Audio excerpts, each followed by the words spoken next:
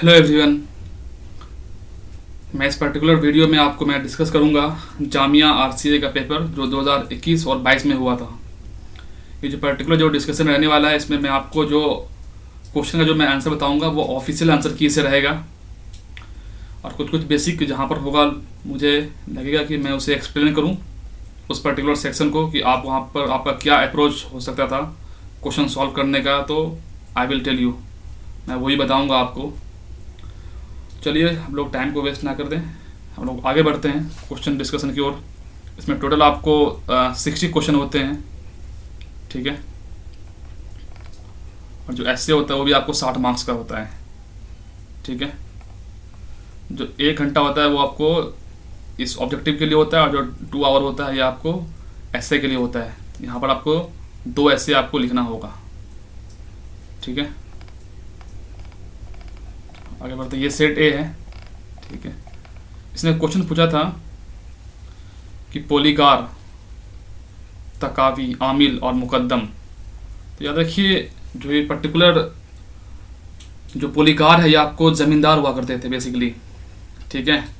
ये जो पोलीगार जो थे इनिशियल स्टेज में ये फ्यूडल लॉर्ड थे, ठीक है।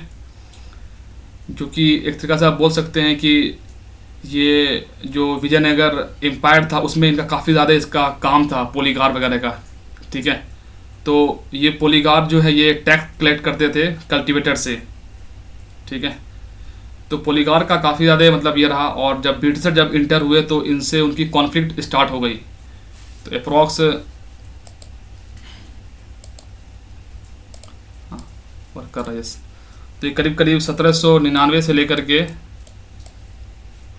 1805 तक पोलीगार और ब्रिटिश के बीच में रिबेलियन भी इन्होंने किया, पोलीगार ने, ठीक है। तो पोलीगार का मतलब काफ़ी बड़ा यहाँ पे आपको देख सकते हैं कि पोलीगार एक ज़माने में मतलब कि ये काफ़ी ये कलेक्टिव टैक्स कलेक्ट करते थे, और बाद में ये जब ये ब्रिटिशर आए तो इनकी जो वैल्यू है वो डाउन हो गई, ठीक है। तकावी क्या है, ये आपको लोन देने वाले थे। अमील क्या है, इंचार्ज ऑफ द डिस्ट्रिक्ट होते हैं। और मुकद्दम क्या है, ये विलेज का हेडमैन हुआ करते थे, ठीक है।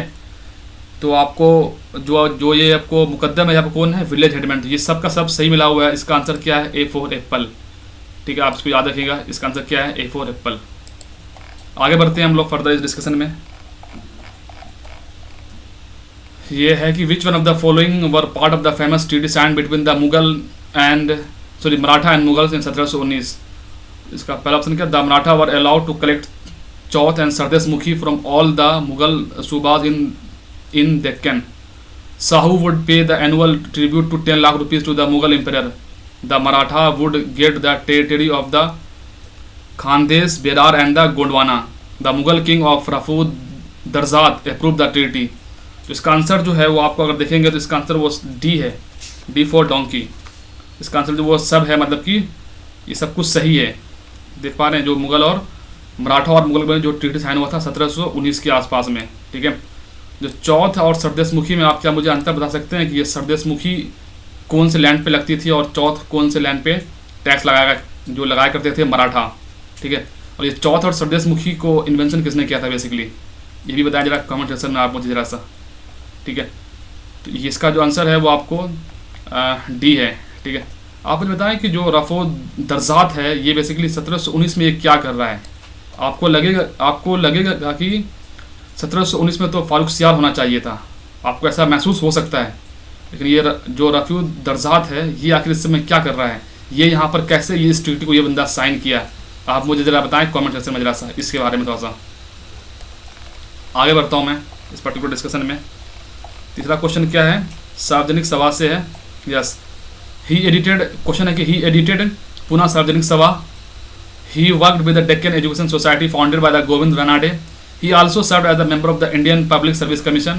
Mohammad Ali Jinnah wanted to be like him. अब आप देखिए ऑप्शन, देखिए यहाँ पर आपने ऑप्शन एलिमिनेट कर सकते हैं। बाल गंगाधर तिलक आप इसको इजीली एलिमिनेट कर देते थे, और मोहनदास करमचंद गांधी आप इजीली एलिमिनेट कर देते थे, क्योंकि जिसमें एक वर्ड है Mohammad Ali Jinnah wanted to like him। तो ये बी और सी तो मतलब सी और डी मतलब इसमें नहीं हो सकता है, ठीक है। आप अगर उसकी अगर मेंटलिटी को अगर आप जानेंगे मोहम्मद अली जिन्ना की, तो उस कंडीशन में ये नहीं हो सकता है, ठीक। हालांकि इनिशियल स्टेज में मोहम्मद अली जिन्ना जो है वो काफ़ी सपोर्ट किया था, मतलब कि जो मूवमेंट वगैरह भारत में जो हो रहा था। फिर बाद में इनका टर्निंग पॉइंट आया 1940 के आसपास, 1935 के बाद, ठीक है। तो इसका जो आंसर है वो आपको गोपाल कृष्ण गोखले है। क्या नाम है इसका? इनका नाम क्या है? गोपाल कृष्ण गोखले। ये गोपाल कृष्ण गोखले जो है ये गांधी जी के गुरु भी हैं, ठीक है। इन्होंने ये 1905 में जो गोपाल कृष्ण गोखले जो हैं, इनकी एक वो है सर्वेंट ऑफ इंडियन सोसाइटी, जो कि इनके द्वारा इस्टेब्लिश भी किया गया था। जो गोपाल कृष्ण गोखले हैं ये 1905 में इन्होंने सर्वेंट ऑफ इंडिया सोसाइटी बनाया।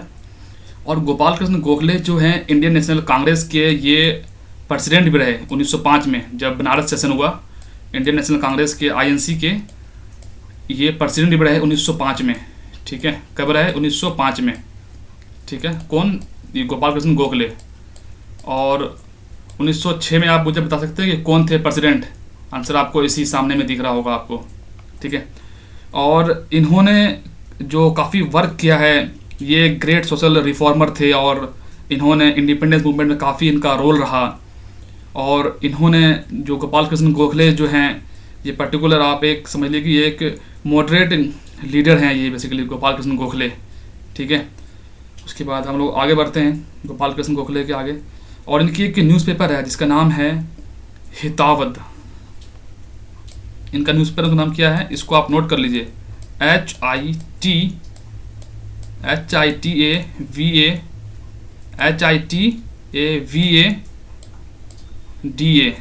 हितावद।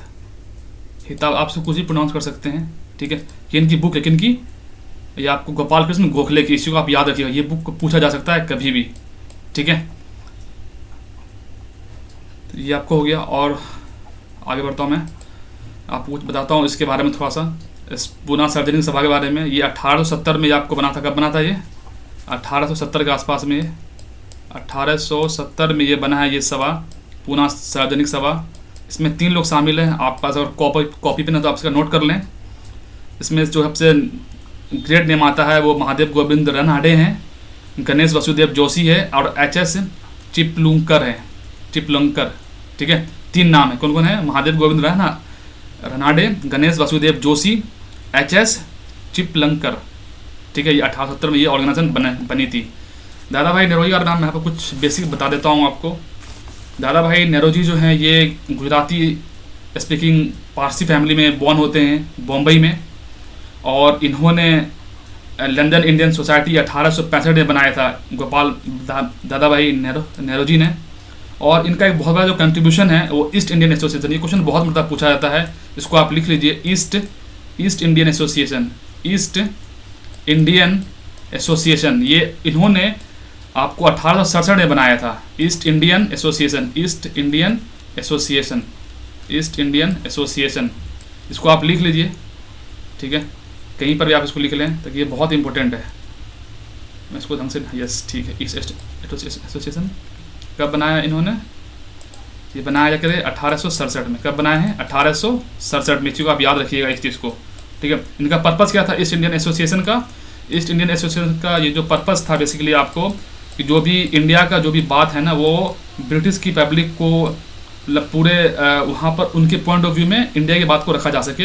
ये दादा भाई नौरोजी का ये एक जो ईस्ट इंडिया एसोसिएशन जो इन्होंने 1867 में जो इन्होंने एस्टेब्लिश किया था, ठीक है। और ये फाउंडिंग मेंबर भी है इंडियन नेशनल कांग्रेस के। जब 1885 में इंडियन नेशनल कांग्रेस जब बना था तो उस समय ये फाउंडिंग मेंबर भी थे 1885 में इंडियन नेशनल कांग्रेस के, ठीक है। और ये पहले, ये बात आपको जान के एक हैरानी रहेगी, ये पहले एशियन थे जो कि ब्रिटिश MP बने थे 1892 में हाउस ऑफ कॉमन में।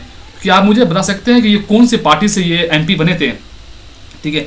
इनकी एक बुक भी थी, poverty and un-British rule in India, poverty and un-British rule in India, ठीक है।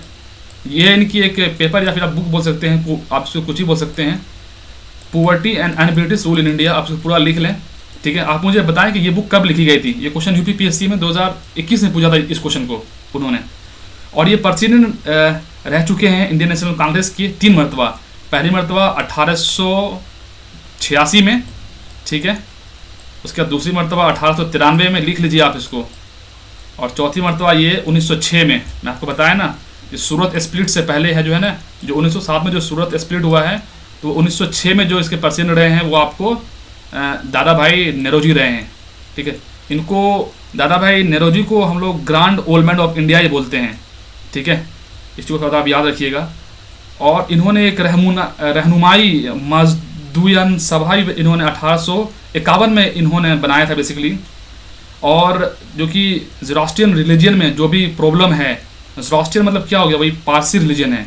ठीक है, तो ज़ोरास्ट्रियन और पारसियन सेम है। ठीक है, उनको ये रिवाइव करने के लिए एक तरीक़ा से उसमें जो भी उसमें प्रॉब्लम है, मतलब उस पर्टिकुलर रिलीजन में, ठीक है, इस सभा के द्वारा उसको रिफॉर्म करने के लिए पारसी रिलीजन में दादा भाई नेरोजी ने लाया 1851 में। और ये सोसाइटी अभी भी ये फंक्शन कर रही है आपको मुंबई में। ठीक है, और ये 1917 में इनके डेथ हो जाती है बम्बई में एट द एज ऑफ 91। और इनका जो जन्म हुआ था वो आपको 1825 में हुआ था। ठीक है, इस चीज़ को आपको लिख लें आप डायरी में। अब आते हैं आपको थोड़ा बहुत बताता हूँ आपको बाल गंगाधर तिलक के बारे में। बाल गंगाधर तिलक ये बहुत ही काफ़ी एक एक्सट्रीमिस्ट लीडर में ये आते हैं बाल गंगाधर तिलक। ठीक है, लाल बाल पाल। ठीक है, और इनको लोकमान्य तिलक के नाम से भी जाना जाता है। और इनको फादर ऑफ इंडिया अनरेस्ट कहा था। वो कौन से ब्रिटिशर थे जिन्होंने बाल गंगाधर तिलक को father of unrest of India कहा था। और इनकी डेथ हो जाती है 1920 में। ठीक है, और इनका काफ़ी बड़ा रोल है आपको ब्रिटिश। इन्होंने होम रूल लीग स्टार्ट किया था आपको 1916 में। ठीक है, और इन्होंने स्वराज की बात की है बाल गंगाधर तिलक ने। इनकी 2 बुक है, 2 न्यूज़पेपर है। एक का नाम आपको मराठा है, जो कि मराठा जो है वो आपको इंग्लिश में पब्लिश होता है। और एक आपको दूसरा आप बताएं वो कौन सी बुक है। एक तो मैं आपको बता दिया कि जो मराठा है आपको इंग्लिश में बुक ये आपको पब्लिश होती है। एक इनका केसरी है। ठीक है, जो कि आपको मराठा में पब्लिश होता है। ठीक है, आप समझ पा रहे हैं, जो मराठा है वो इंग्लिश में हो रहा है और जो केसरी है वो आपको, जो मराठा है वो आपको इंग्लिश में हो रहा है और जो केसरी है ये आपको मराठा में हो रहा है। ठीक है, इसका आप थोड़ा ध्यान रखेंगे। और मोहनदास करमचंद गांधी के बारे में आप इसका जाकर थोड़ा सा पढ़ें, मोहनदास करमचंद गांधी जी के बारे में। ठीक है, इन्होंने एक बुक लिखी थी प्रिजनर्स नोट, जो कि 2021 में यूपीएससी में क्वेश्चन पूछा था। क्या पूछा था? प्रिजनर्स मतलब क्या था? Jail, PRI, prisoners note. ये क्वेश्चन बहुत काफ़ी अच्छा पूछा था, प्रिजनर नोट्स। ठीक है, ये क्वेश्चन पूछा था गांधी जी से रिलेटेड यूपीएससी में। ठीक है, प्रिजनर नोट्स। आगे बढ़ते हैं इस क्वेश्चन में। इस क्वेश्चन का आंसर क्या था? गोपाल कृष्ण गोखले। ठीक है, हम लोग आगे बढ़ते हैं क्वेश्चन नंबर 4 की ओर।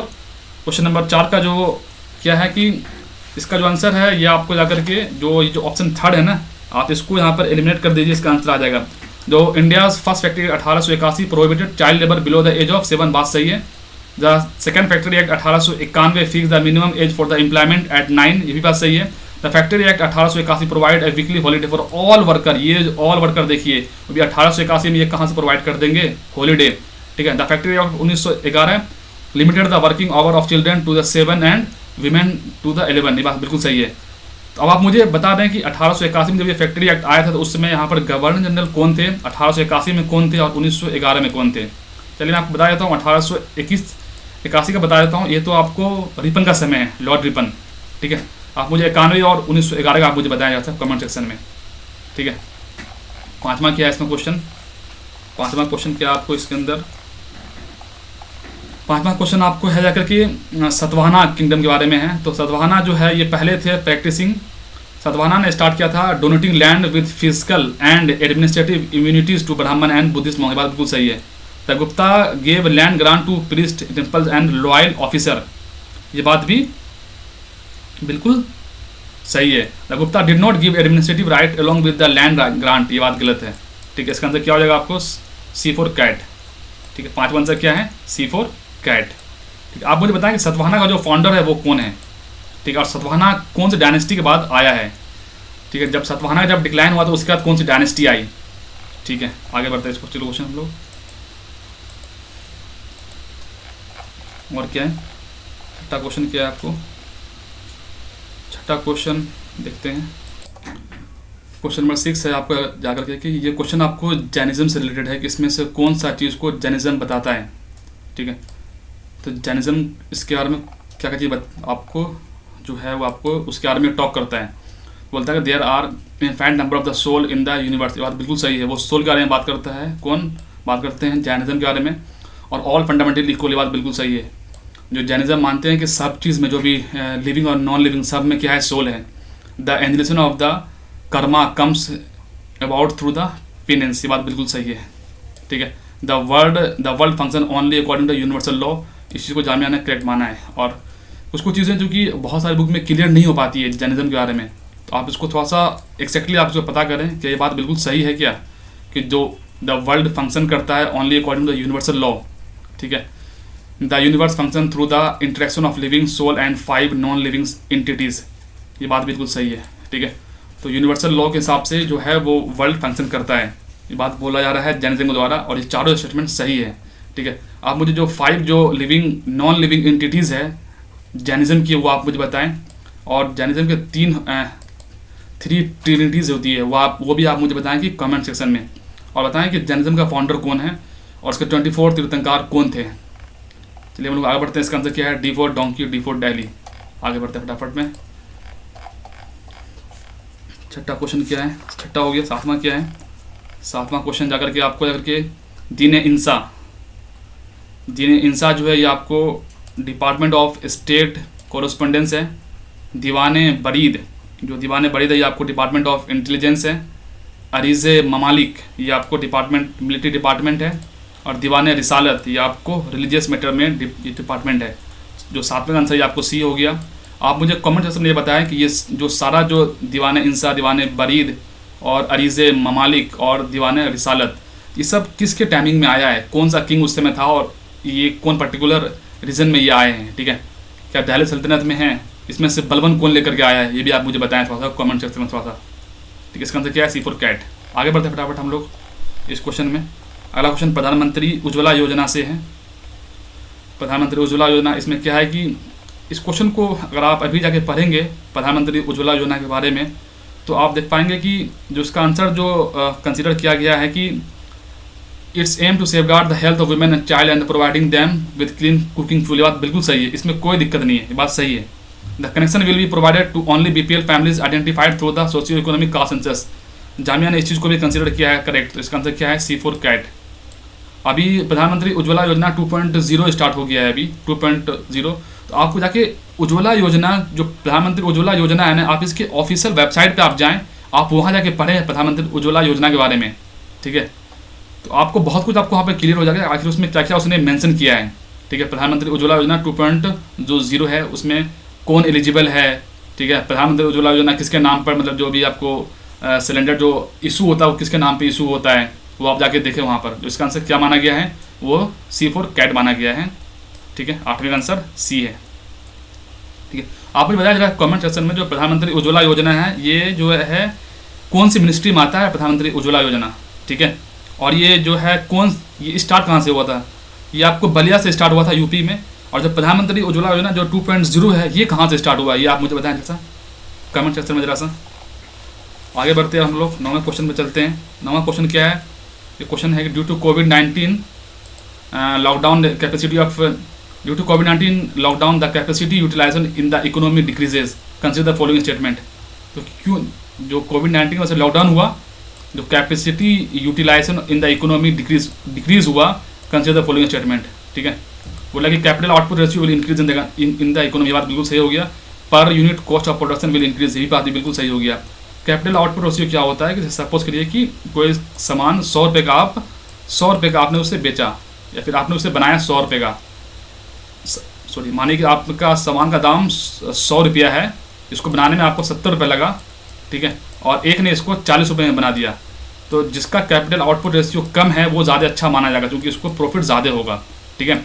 तो जब कोविड-19 में था ये पर्टिकुलर की लॉकडाउन के समय में, जो capacity utilisation of the economy decreases, consider the following statement. तो कैपिटल आउटपुट रेशियो जो है वो इंक्रीज कर गया था इकोनॉमी में, ये बात बिल्कुल सही है। और पर यूनिट कॉस्ट ऑफ प्रोडक्शन भी इंक्रीज हो गया था, ये बात भी बिल्कुल सही है। इसका आंसर क्या है, C फॉर कैट। आगे बढ़ते हैं हम लोग फटाफट से। आगे क्वेश्चन क्या, अगला क्वेश्चन आपको देखिएगा, इसका आंसर जो डायरेक्ट है वो आपको आंसर B है, इसमें से बाकी सब इसमें आपको सही है। ऑप्शन B जो है वो आपको गलत है।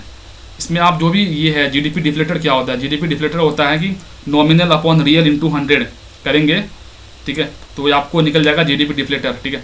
ये बताया जा रहा है कि the index of the wholesale price in the wholesale price index the index for wholesale price is called the wholesale price index. In the USA it is referred to as the producer price index. ये थोड़ा एक difficult question था, लेकिन ये वाला देखना पड़ेगा आपको इस चीज़ को. तो ये था कुछ आपको 10 क्वेश्चन. मैं फर्दर अगले वीडियो में मैं और जानने का जो क्वेश्चन है वो मैं फर्दर वीडियो में आपको बताऊंगा विद ग्रेट एक्सप्लेनेशन. तो दोस्तों आज के लिए इतना ही है, बाकी मैं और भी इसका पार्ट बनाऊंगा. तो दोस्तों आज के लिए इतना ही. Okay, take care, bye bye.